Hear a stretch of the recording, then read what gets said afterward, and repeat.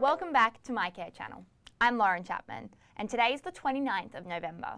We've got a special edition of the program in store for you today, focusing specifically on people with vision impairments and people who are blind.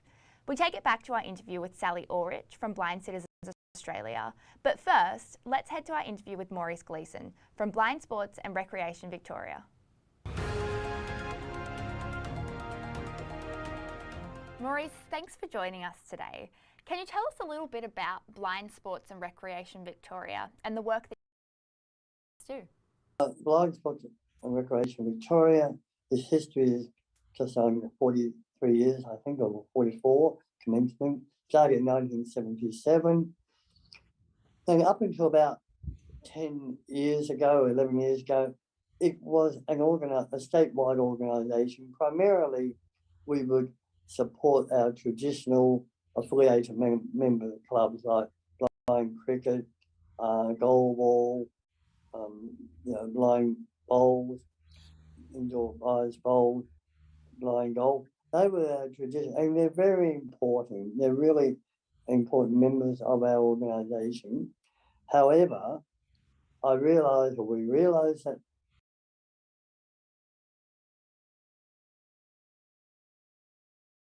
diversify a lot more. We had to start to people who are blind or visually impaired are able to have choice in what sport he or she would like to participate in and what recreational activity. So we've, in the last 10 or 11 years, I think we've gone from about 8 or 9 affiliated sports. Now I think we've got 30 odd different programs happening that we either develop or we're supporting for people who are blind or visually impaired of all ages. Wow, how do you go about managing all of that?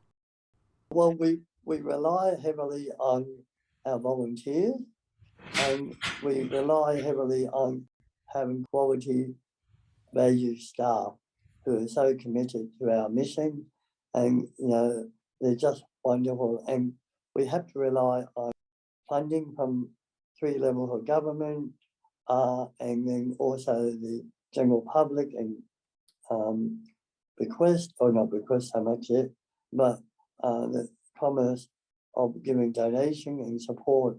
So we don't have necessarily a lot of what we call recurrent funding, but we've been very fortunate is that we seem to be able to deliver a lot of programs, and we keep advocating for opportunity. And Maurice, I would love to know, after you lost your vision, was sport something that you wanted to engage in but couldn't, or were there opportunities for blind sports and recreation when you were growing up? No, there weren't a lot. After I lost my sight, just before I was 13, I transitioned straight away into a school for the blind in Kew, St. Paul's School for the Blind, and I boarded there. They did have some day boarders, but I didn't go boarding in. And we had every brand of sport you can think of. we developed our own. So we have our boxing ring was in the laundry, our wrestling matches upstairs in the hallway. We had billy cart races, and our gym was in an old converted garage.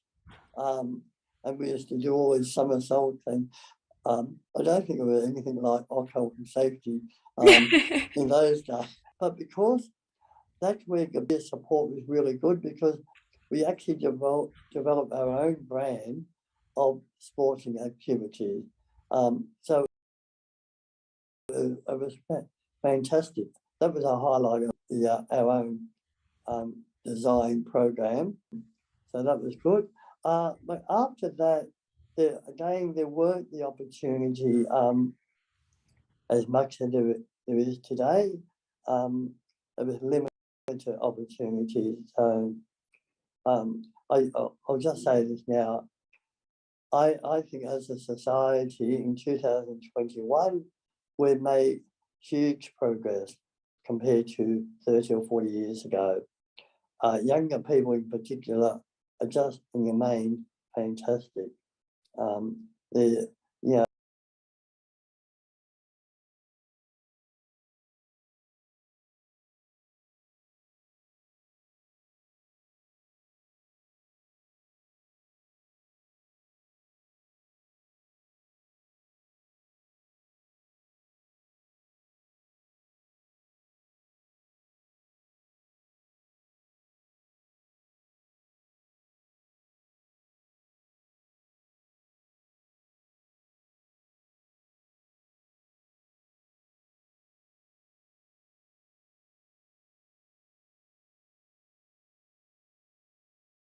fantastic.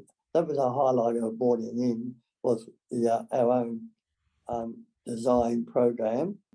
So that was good. But after that, there weren't the opportunity as much as there is today. There was limited opportunities. So I'll just say this now. I think as a society in 2021, we've made huge progress compared to 30 or 40 years ago. Younger people in particular are just in the main fantastic. In those days, there was more segregation. There was more, even with the volunteers, they were volunteers for people with disability. Today, they're volunteering with people. So it's not this, look what I'm doing for you, great, or they reciprocal arrangement where we all gain from it. We gain, they gain, and it's much more united. And look, I'm very interested in one sport you guys offer in particular, and that's blind tennis. I'm uncoordinated on my best days, but I couldn't imagine trying to play tennis and not being able to see the ball. So how does that work? Surely it's very difficult. Well, it is very difficult, and I've played many sports, or participated in many sports, and all the traditional ones, and then I've done a lot of skydiving and scuba diving and a whole range of those ridiculous activities that I'm much older question why did I do it, but I did do it and I survived. And I've never been any good at any sport, and people will say to me, "Oh no, you're really good." No, I'm not. Not necessarily because I'm blind. I just don't have that coordination, but I enjoy participating. In tennis, it started. Senior Tennis Victoria came to my office one day and said, "Had I heard about blind tennis? That they were over in Japan, and they saw it there, and they asked, would we be interested in looking at to develop it?" So we did, with the support of Tennis Victoria, and in the early days, Tennis Senior Victoria. We trialled it, and we refined it. And so you use a foam audible ball. If you're doing social tennis, it doesn't really matter what ball you use. You don't care what colour, what size it is, as long as it bounces and you can return it and serve it. Because keep in mind, a lot of time people, particularly here in Australia, for people with vision loss. So a lot of people didn't know about the technique of tennis. So sometimes if you haven't had that opportunity to play tennis before, you might spend time learning the technique of it. And then as you develop your skill, you can then transfer over to an audible foam tennis ball, which is usually yellow or black. Colour contrast is really important for people with vision loss, because depending what the contrast is, can enable them to be able to track the ball better. And right. Someone like me, who to play tennis, the art is to play doubles. I can serve it and they can hit the return. So that's the art to do. Oh, I don't mind serving. The return is a challenge. Yeah, I can imagine. But when I was over in Spain, I think in 2018, it was just in the final in the international tennis, which we call B1 category, the totally blind. They were just fantastic between Japan and Mexico. They were just rallying, and how they had an ability to rally and play at that high standard was incredible. And how close is blind tennis to becoming a Paralympic sport? Yeah, look, I think it's still, I think they're a little way off yet. That's our mission, and I think Paralympic International would like to see it to develop into it, and I think I'm sure International Tennis Federation would like to. It's just a bit of refining and negotiation, but I think that is the ultimate mission for us to make it into a international Paralympic sport. But keep that in mind. Equally, we're very happy to still promote it as a social or a local competitive sport as well. For anyone watching who wants to get involved with Blind Sports and Recreation Victoria, how can they contact you? We can either go onto our website and contact us through the website, or contact us direct. Our phone number is 039 2 8876, or our email, and that's the best way to contact us, or word of mouth, or and we always, our whole mission, Lauren, is to get people of all ages to be active. So we have a lot of other programs, walking programs and camping programs, and we have the cultural and Zoom programs is developed now, that we do a lot of our exercise program, meditation, all via Zoom, either Zoom or telephone conferencing. So our whole mission to get all of us active and involved, so you don't have to be isolated, and especially for those people who acquire a vision loss, they often think they can't, nothing they can do anymore. So it's very important that that there are a lot that you can do and have a good life. Maurice, thank you so much for your time today and for all the work that you do. Is there any final message that you want to give to those watching at home? Oh, look, they're all welcome to join us, but I always like to have a general message for all of us, wherever we are, who are listening to. My key message that I always send around is we'll always be facing challenges and changes in our lives. We can't avoid that, but the aim is to look for a quality of life and just be a better society, better community, to be kind to each other and to support each other.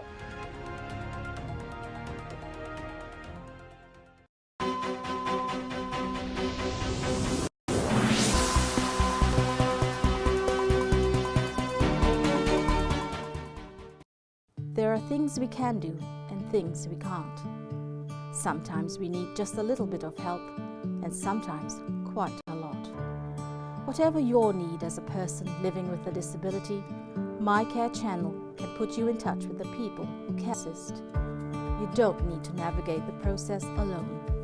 Just call us on 1300 461 300 or visit mycarechannel.org.au, and we'll start you on the journey of a life lived to the best of your ability.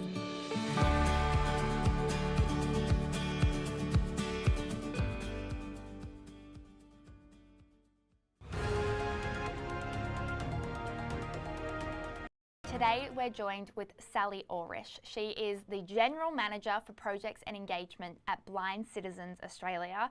Sally joins us now. Sally, thank you for your time today. Thanks so much for having me.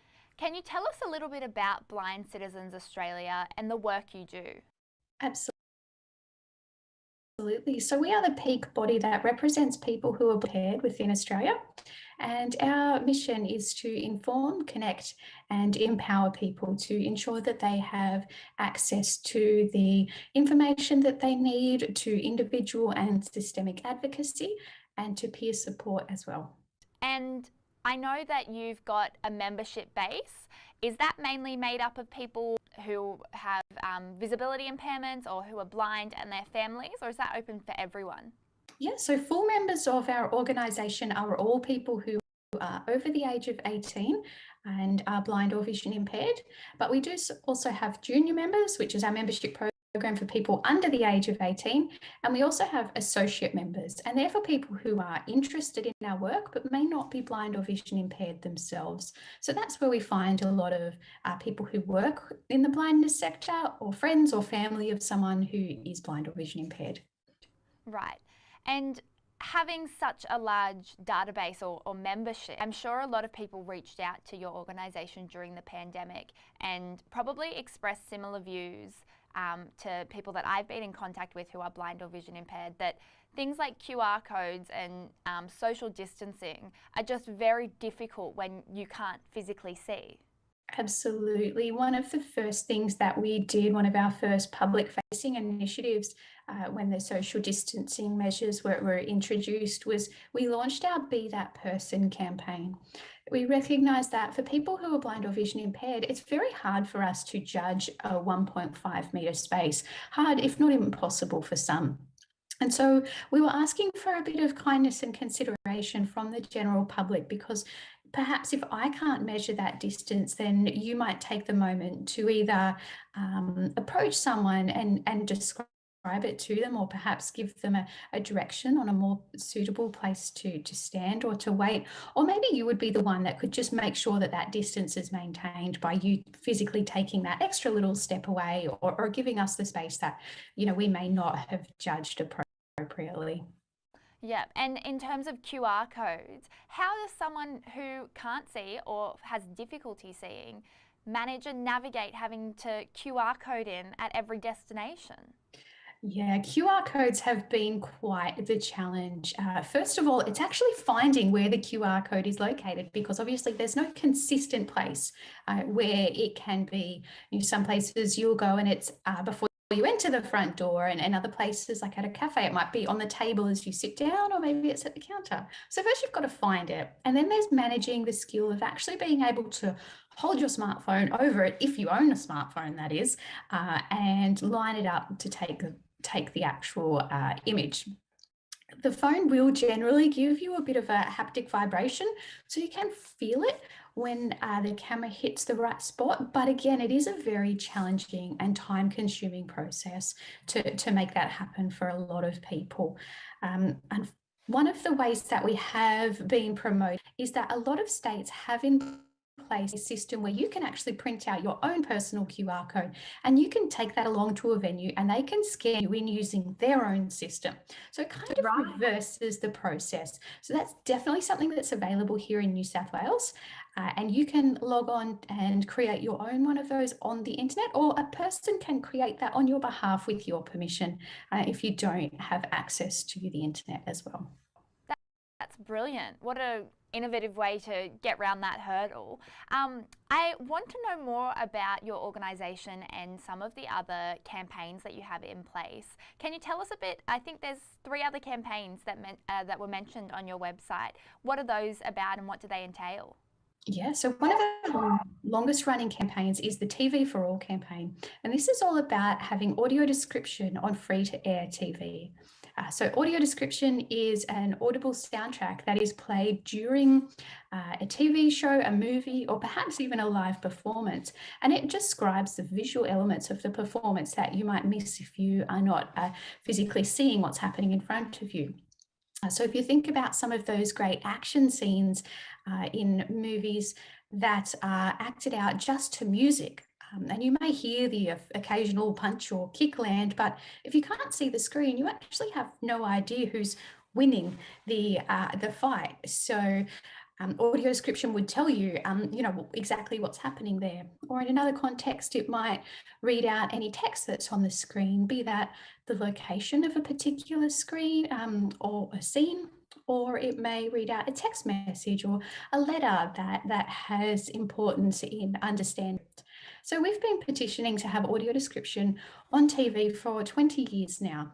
And recently, the Australian government did fund a 2-year rollout of audio description on the ABC and SBS, where they've been doing at least 14 hours of audio described programming a week, which is fantastic.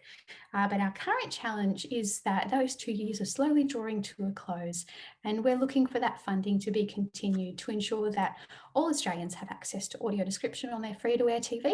We're one of I think we are the only OECD country that doesn't currently have access to this. So really working hard there to make sure that comes to fruition. Yeah. Can you talk to me about some of the other challenges of just day-to-day life that people with vision impairments or who are blind may face, and how COVID might have exacerbated some of those challenges? Absolutely. One area that COVID has actually perhaps helped us, if I may use that word, is that it has opened up some employment opportunities. So with COVID, we saw a big transition into working remote arrangements, and that has been perhaps a great opportunity for people who are blind or vision impaired, because it reduces the need to travel to an office location, especially if an office is located outside of areas with good public transport. So that has perhaps increased employment opportunities, which is something that's really encouraged, because we know that for people of working age who are blind or vision impaired, the rate of unemployment is significantly higher than other disability groups and amongst people who don't have disability. That's also something that our Eye to the Future project focuses on. It's all about changing the perspectives of employers when it comes to hiring people who are blind or vision impaired. Outside of employment, we do a lot of work in the space for access to a secret, independent and verifiable vote. So that's making sure that people who are blind or vision impaired can vote independently at a local, state or federal election, and ensure that we have our say in the leadership of our country. And so we have done a lot of work there supporting the rollout of iVote, which is a system that's used in New South Wales to ensure that people can vote over the telephone or by the internet. And we are encouraging other state and the federal government to ensure that that's rolled out more broadly throughout the country as well. Our individual advocate service is probably the core part of our business. And we are approached by members and just people who are blind or vision impaired who may not necessarily be a member when they experience a challenge or discrimination or exclusion from a premises, a service, recreational activity, or a government department. And we will regularly act with them or on their behalf to ensure that those instances of discrimination are managed, and that systems and processes, attitudes and policies are changed for the future. So that's another big part of our work as well. Awesome. That sounds great. You're obviously taking great strides for your community.